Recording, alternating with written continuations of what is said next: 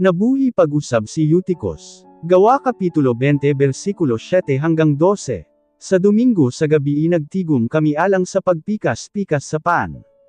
Ug tungod kay si Pablo mulawig sa pagkasunod nga adlaw, nagwali siya hangtod sa tungang gabi.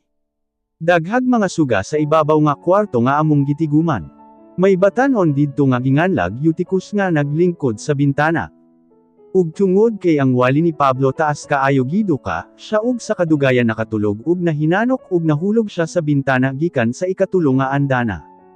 Sa pag-alsa nila kanya, patay na siya.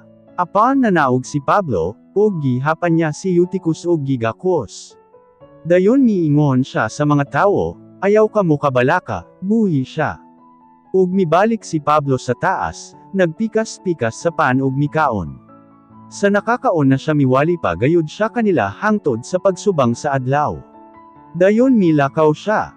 Ang batanon nga si Eutychus nga nahulog ilang gidala pauli nga buhi, ug nalipay gayud sila.